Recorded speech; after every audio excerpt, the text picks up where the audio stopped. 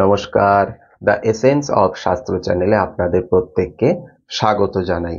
আমরা গত দুটি পর্বে আলোচনা করেছি যে আমাদের 18ই মে সামনের মাসের 18 তারিখ বিকেল 4:30 সময় রাহু এবং কেতু গোচরে মীন রাশি থেকে কুম্ভ রাশিতে এবং কেতু কন্যা রাশি থেকে সিংহ রাশিতে সঞ্চার করবে।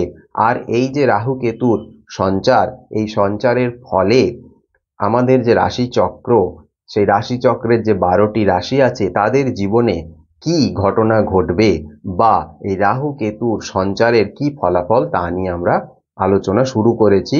গত দুটি পর্বে মেষ রাশি এবং বৃষ রাশি নিয়ে আলোচনা আমরা করেছি। আজকে আমরা আলোচনা করে নেব রাশিচক্রের তৃতীয় রাশি মিথুন রাশি নিয়ে।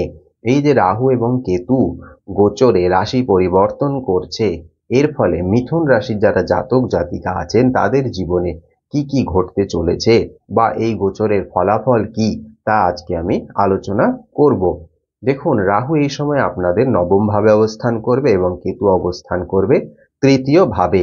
এই নবম ভাব এবং তৃতীয় ভাবে রাহু কেতুর অবস্থানগত বা গোচরে সঞ্চারগত কি ফলাফল তা আমি একটা একটা করে বলে নেব। পেশাগত জীবন, অর্থ, পরিবার, এই সমস্ত বিষয় নিয়ে আলাদা আলাদা করে আমি আলোচনা করে নেব এবং এর পাশাপাশি এই রাহু কেতুর সঞ্চারের যে ফলাফল বা এর যে নেগেটিভ ফলাফল যারা পাবেন বা এই সঞ্চারের ফলে আপনারা কি প্রতিকার করবেন, কি প্রতিকারের মাধ্যমে এই সময় আপনারা ভালো থাকবেন তাও আমি ভিডিওর শেষে বলে দেব। অবশ্যই ভিডিওটি মন দিয়ে শুনবেন। এর পাশাপাশি বলে রাখি যে আমাদের প্রত্যেকেরই একটি নির্দিষ্ট নিজস্ব জন্ম ছক আছে। সেইখানে আমাদের রাহু কেতুর অবস্থান দেখতে হবে, গ্রহগত সন্নিবেশ দেখতে হবে, দশ অন্তর্দশার বিচার করতে হবে, তার পাশাপাশি এই গোচর, এই সবকিছু মিলিয়েই কিন্তু ফলাফল হবে। আজকে আমি যে ফলাফলের কথা বলবো তা কিন্তু একটি সম্ভাব্য ফলাফল। এটি যে একেবারেই ঘটবে তাও নয়, একেবারেই যে ঘটবে না তাও নয়। গোচরগত ফলাফল আমাদের জীবনে অল্প হলেও ঘটবে, তার সাথে যদি জন্মছকের সাথে যদি মিশে যায় বা মিলে যায় তাহলে তা পূর্ণাঙ্গ ফলাফল দান করবে। প্রথমেই বলি যে মিথুন রাশির কর্মজীবন নিয়ে প্রথমে কিছু কথা বলে নিই। দেখুন, মিথুন রাশির এই সময় রাহু নবম ভাবে অবস্থান করবে এবং কেতু অবস্থান করবে কিন্তু আপনাদের তৃতীয় ভাবে।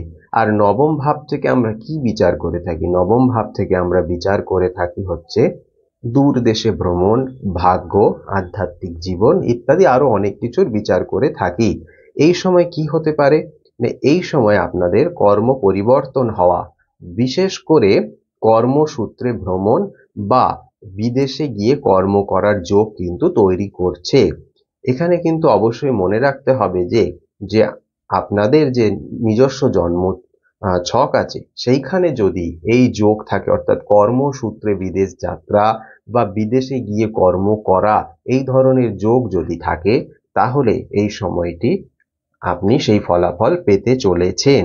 এই সময় আপনার বিদেশে বা আন্তর্জাতিক সংস্থাগুলির সাথে কাজ করার একটা কিন্তু সুযোগ পেতে চলেছেন। কর্মজীবনের অগ্রগতি আপনার দিগন্ত প্রসারিত হবে, অর্থাৎ এক্ষেত্রে কিন্তু আপনার জন্মছকে সেই যোগটা থাকতে হবে। আবার যদি রাহু অশুভ হয়ে যায় তাহলে কর্মজীবনে কিন্তু বিভ্রান্তি নিয়ে আসবে। অন্যদিকে আপনার তৃতীয় ভাবে কেতু থাকবে। কেতু যদি শুভ হয় তাহলে কিন্তু যোগাযোগ, দক্ষতা এবং সাহস বৃদ্ধি করবে। আর কেতু যদি অশুভ হয়ে যায় তাহলে কিন্তু আপনার এই যোগাযোগের ক্ষেত্রে প্রবল বাধার সৃষ্টি করবে। এবার বলি যে আপনি কর্মজীবনে কি করবেন। এই সময় আপনার কর্মজীবনের ক্ষেত্রে কিওয়ার্ড গুলো কি হবে? মানে ভ্রমণ এবং উচ্চতর শিক্ষার মাধ্যমে বৃদ্ধির সুযোগগুলিকে কাজে ব্যবহার করুন। আবেগপ্রবণ সিদ্ধান্ত এড়িয়ে চলুন। পেশা জীবনে সাফল্য অর্জনের জন্য যোগাযোগ বৃদ্ধির চেষ্টা করুন। এই তিনটি বিষয় কিন্তু আপনাকে পেশাগত জীবনে মাথায় রাখতে হবে।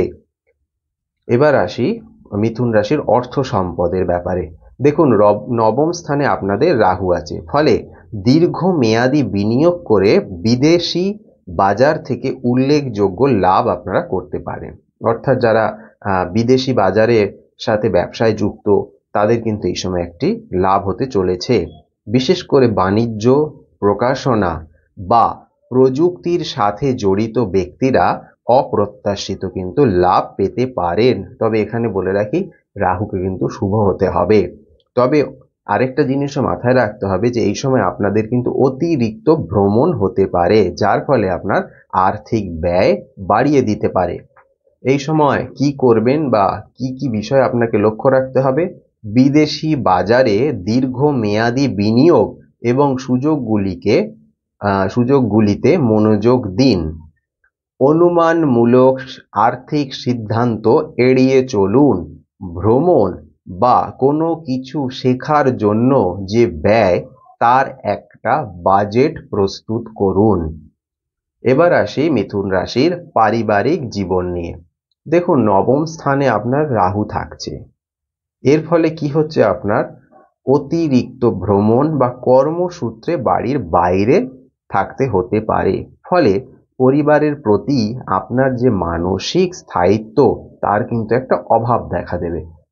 কিরকম? আপনি যদি সবসময় কর্মসূত্রে যদি আপনি বাড়ি থেকে দূরে থাকেন, বাড়ির বাইরে থাকে, তাহলে আপনার যে পরিজন বা আপনার যে পরিবার, তার থেকে তো আপনি অনেকটা দূরে চলে গেলেন।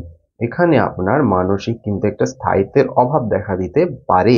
অন্যদিকে তৃতীয় স্থানে কিন্তু কেতু থাকবে। এই কেতু কি করতে পারে? মানসিক বিচ্ছিন্নতা নিয়ে আসে। প্রতিবেশী বা ভাই বোনদের সাথে কিন্তু ঝামেলা হতে পারে।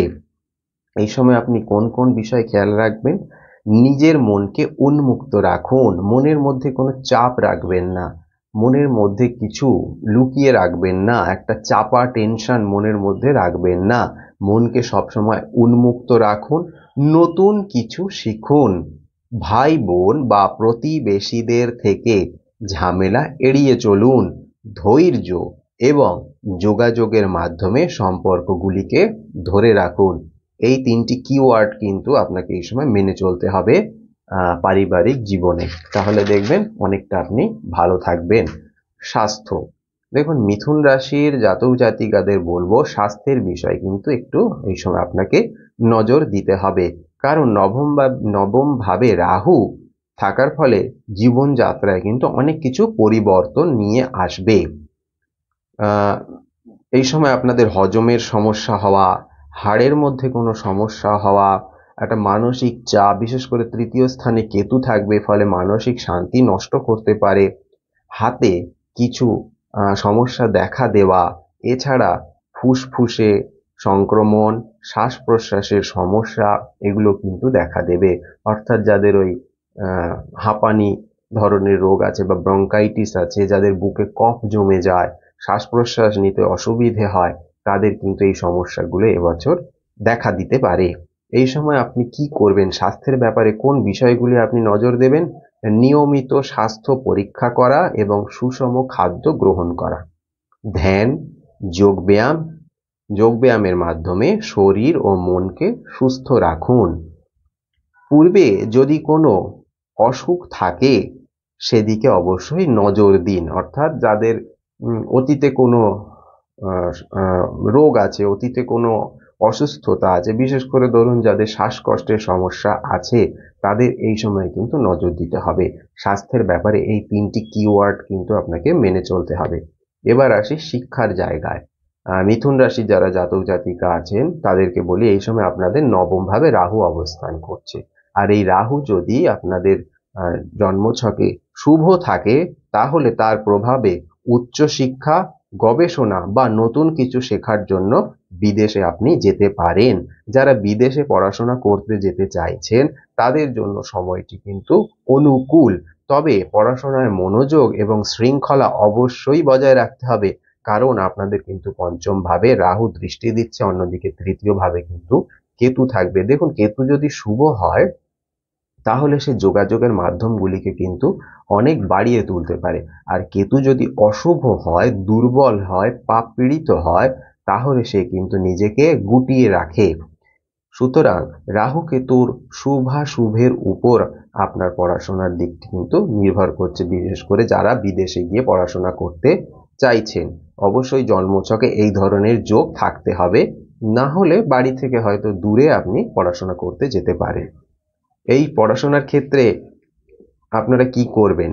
উচ্চ শিক্ষা বা দক্ষতা অর্জনের জন্য সুযোগগুলিকে অনুসরণ করুন।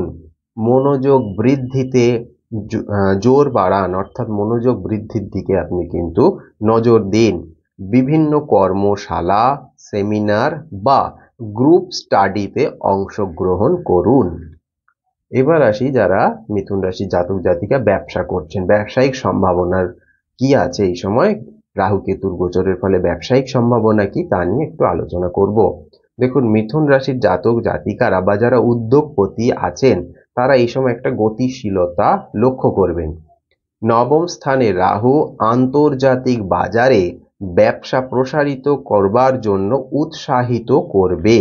এই সময় ব্যবসায়িক নেটওয়ার্ক সম্প্রসারণের জন্য অনুকূল, তবে অত্যাধিক উচ্চাকাঙ্ক্ষা, পরিকল্পনা বা স্পষ্টতার অভাব বিপদ ডেকে আনতে পারে। কি করবেন ব্যবসার ক্ষেত্রে? কোন দিকে নজর দেবেন? কোন বিষয় মেনে চলবেন? আন্তর্জাতিক বাজার এবং উদ্ভাবনী কৌশল ঠিক করুন। স্পষ্ট যোগাযোগ এবং সহযোগিতামূলক প্রচেষ্টার উপর মনোনিবেশ করুন। অত্যাধিক উচ্চাকাঙ্ক্ষা এড়িয়ে চলুন। অত্যাধিক উচ্চাকাঙ্ক্ষা কিন্তু আমাদের জীবনে বিপদ ডেকে আনে। যদি যে আপনি বিষয় পরিকল্পনা করেছেন সেই বিষয়ে যদি আগে একটি গবেষণা করে নেন তাহলে কিন্তু খুব ভালো। এটা শুধু উদ্যোগপতিদের জন্য নয়, আমরা যারা সাধারণ মানুষ আছি তাদের ক্ষেত্রেও হঠাৎ করে আবেগপ্রবণ হয়ে গিয়ে বা হঠাৎ করে কোনো একটা উচ্চাকাঙ্ক্ষার বশবর্তী হয়ে এমন কোনো সিদ্ধান্ত নেবেন না যা জীবনে বিপদ ডেকে আনতে পারে। যে কোনো কাজ করবার আগে একটু ভেবে নেবেন যে এই কাজটা করার পর এর ফলাফল কি হতে পারে। যদি আপনি নিজে না বুঝতে পারেন তাহলে যারা বাড়ির বয়োজ্যেষ্ঠ আছে, অভিজ্ঞ মানুষ আছে, তাদের সাথে অবশ্যই আলোচনা করে নিন। হঠকারী সিদ্ধান্ত কিন্তু একেবারেই নেবেন না। এটা গ্রহের গোচরের জন্য আমি বলছি না, এটা প্রত্যেকটি মানুষের প্রত্যেক দিনের যে জীবনধারা সেইখানে কিন্তু এই বিষয়টি মেনে চলা প্রয়োজন। হঠাৎ করে আবেগপ্রবণ হয়ে গিয়ে বা হঠাৎ করে মাথা গরম করে এমন কোনো সিদ্ধান্ত নেবেন না যা আপনার জীবনে বিপদ ডেকে আনতে পারে। আর রাহু কেতুর এই যে গোচর, মিথুন রাশির মধ্যে কিন্তু একটু মানসিক অস্থিরতা, মানসিক দ্বন্দ্ব এগুলো কিন্তু দেখা দেবে। দেখুন, এই সময় যতটা সম্ভব মনকে উন্মুক্ত রাখুন, গান শুনুন, বই পড়ুন, ছোটখাটো ভ্রমণে যান। কারণ মন অশান্ত থাকলে জীবনে কিন্তু আপনি কিছুই করতে পারবেন না। আর সবার আগে মনকে শান্ত করুন, মনকে উন্মুক্ত করুন। এবার চলে আসব মিথুন রাশির যারা জাতক জাতিকা আছেন, এই যে রাহু কেতুর গোচরে রাশি পরিবর্তন বা রাশিতে সঞ্চার এর যে ফলাফল, এর জন্য আপনি কি কি প্রতিকার করে নেবেন যার ফলে এই রাহু কেতুর সঞ্চারের থেকে আপনি শুভ ফল পেতে পারেন, বা রাহু কেতু সঞ্চারের ফলে যে অশুভ প্রভাবগুলি আপনাদের জীবনে আসতে চলেছে তার থেকে কিভাবে বাঁচতে পারেন। প্রথমেই বলবো, মানসিক স্বচ্ছতা এবং মানসিক ভারসাম্য বৃদ্ধির জন্য নিয়মিত ধ্যান করুন। মননশীল কর্মের সাথে নিযুক্ত থাকুন, অর্থাৎ আপনার যেটা করতে ভালোবাসে সেটি করুন। যদি বই পড়তে ভালোবাসেন তাহলে বই পড়ুন, যদি ঘুরতে যেতে ভালোবাসেন তাহলে ঘুরতে যান, যদি গান শুনতে গান গাইতে ভালোবাসেন তাহলে তাই করুন। যারা নৃত্যের সাথে যুক্ত আছেন তারা আপনার যে নৃত্য সেটিকে আরো ডেভেলপ করার চেষ্টা করুন। যেটা করলে আপনার মন খুশি থাকবে সেই কাজ করুন। প্রতিদিন কয়েক মিনিট সময় আলাদা করে নিজের জন্য তুলে রাখুন। কারণ সারা দিন আপনি যাই কাজ করুন না কেন কয়েকটা মিনিট অবশ্যই নিজের জন্য তুলে রাখা দরকার। আপনি সারা দিন কি করেছেন, কি ঠিক করেছেন, কি ভুল করেছেন তা নিয়ে নিজের ভেতরের কিন্তু একটি পর্যালোচনা করার প্রয়োজন আছে। আপনি নিজেকে নিজে আগে বিচার করুন, অর্থাৎ কিছুটা সময় নিজের জন্য তুলে রাখুন। নিজের শক্তি এবং সুরক্ষার জন্য প্রতিদিন মা দুর্গার পূজা করুন, পারলে একটি হোম যজ্ঞের ব্যবস্থা করুন। এই ফলে আপনার সকল বাধা অতিক্রম করতে পারবেন, আপনি সকল বাধা অতিক্রম করতে পারবেন, কারণ মা দুর্গা যার সহায় তার কোনো বিপদ হয় না। মা দুর্গার শক্তি এবং দুর্গতি নাশ করে, মা দুর্গা শক্তি বৃদ্ধি করে এবং আমাদের জীবনের দুর্গতি নাশ করে। তাই মিথুন রাশির যারা জাতক জাতিকা আছেন তাদের জন্য, বিশেষ করে তাদের জন্য এই সময় মা দুর্গার আরাধনা করা ভীষণ শুভ হবে। ঐশ্বরিক আশীর্বাদ লাভের জন্য নিয়মিত বিষ্ণু সহস্রনাম স্তোত্রম পাঠ করুন। এর ফলে আপনার চিন্তা ভাবনা এবং কর্মকে সাফল্যের দিকে এগিয়ে নিয়ে যাবে। দেখুন, এই যে কটি প্রতিকার বললাম, ধ্যান, মা দুর্গার আরাধনা এবং প্রতিদিন বিষ্ণু সহস্রনাম স্তোত্রম পাঠ করা, মাত্র 3টি প্রতিকার, খুব বেশি সময় লাগবে না। আপনি কয়েকটা মিনিট আপনার জন্য আলাদা করে রাখুন। সব কাজ যদি সারাদিন না সময় পান, ঘুমানোর আগে অন্তত আধ ঘন্টা আপনি এর জন্য বরাদ্দ করুন, করে সেখানে ধ্যান করুন। আপনি ঠাকুর ঘরে যান, সেইখানে বসে মা দুর্গার আরাধনা করুন। মা দুর্গা চালিসা কিনতে পাওয়া যায়, সেই দুর্গা চালিসা পাঠ করতে পারেন। আর না হলে সারাদিনই মনে মনে দুর্গা নাম জপ করতে পারেন। আর যখন আপনি ঠাকুর ঘরে থাকবেন, পুজো পাঠ প্রত্যেকেই আমরা বাড়িতে করে থাকি, সেই সময় বিষ্ণু সহস্রনাম স্তোত্রম একটু পাঠ করুন। আর যারা একদম পাঠ করতে পারবেন না, তারা এই বিভিন্ন যে স্তোত্রমের যে অডিও, সেই অডিও আপনারা কিন্তু চালিয়ে নিতে পারেন। বিষ্ণু সহস্রনাম স্তোত্রমের অডিও চালিয়ে কিছুক্ষণ ধ্যান মুদ্রায় বসে থাকতে পারেন, এতেও হবে। এই প্রতিকারগুলি অবশ্যই করুন। অবশ্যই রাহু কেতুর যে সঞ্চার, এর থেকে আপনারা শুভ ফল পাবেন। যদি কোনো বাধা বিপত্তি এসে থাকে বা আসে, তা মা দুর্গার কৃপায় অবশ্যই দূরে সরে যাবে, আপনাকে ছুঁতে পারবে না। আজকে এই পর্যন্ত। ভালো থাকুন, সুস্থ থাকুন, মনকে উন্মুক্ত রাখুন। মন উন্মুক্ত থাকলে দেখবেন আপনার মনের মধ্যে কোনো চাপ আসবে না। আর মন যদি ভালো থাকে তাহলে কোনো সমস্যা নয়। ভালো থাকুন। ভিডিওটা ভালো লাগলে অবশ্যই চ্যানেলটিকে সাবস্ক্রাইব করবেন এবং ভিডিওটিকে শেয়ার করবেন। নমস্কার।